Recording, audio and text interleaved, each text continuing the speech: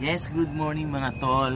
Good morning sa inyo lahat. At ngayon po ang ating pong day 170 para sa ating push up. Kaya naman po nag-umpisa tayo January 1. So, yun.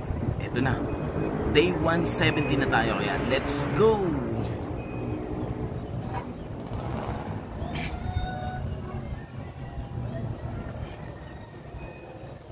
One, two, three, 4, 5, 6, 7, 8, 9, 10, 11, 12, 13, 14, 15, 16, 17, 18, 19, 20, 21, 22, 23, 24.